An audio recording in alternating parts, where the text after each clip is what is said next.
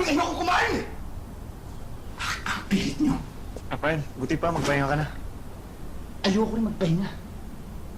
Lumayo nga kayo sa harapan ko! Kayo! Ano nangyayari dito? Ano nangyayari? Ano naman problema mo? Problema? Kahit naman sabihin ko sa yung problema, may solusyon ba kayo? Wala. Binastard kasi ng nililigawan niya.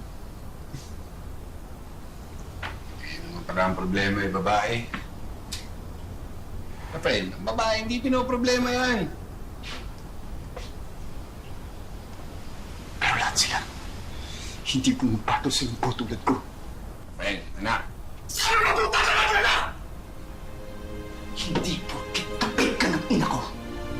Ang anak kita. Rafael!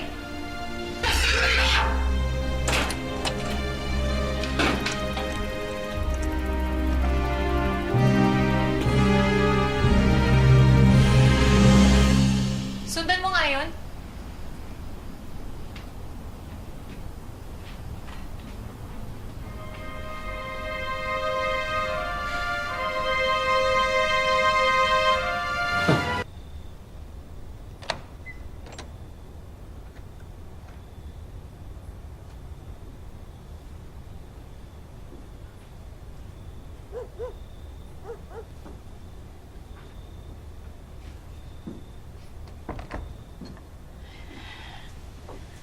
Rafael, iiwan ko na lang to dito, ha? At sigurado ako mamaya, baka magutom ka.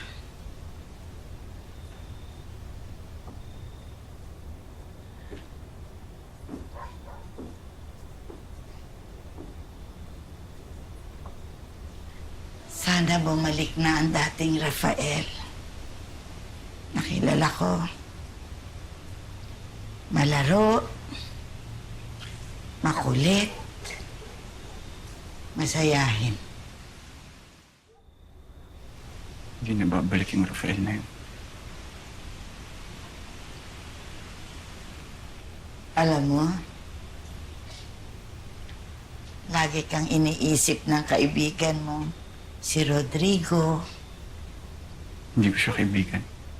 Kung hindi dahil sa kanya, nakakalakad pa sana ako. Kung hindi dahil kay Rodrigo, wala ka na sana.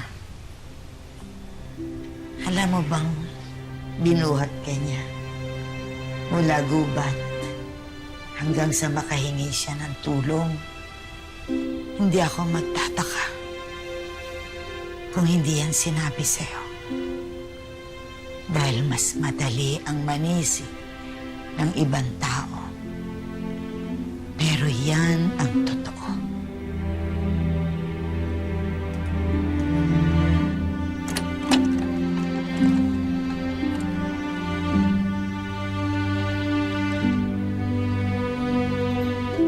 Sana bumalik na ang pagkakaibigan niyo ni Rodrigo.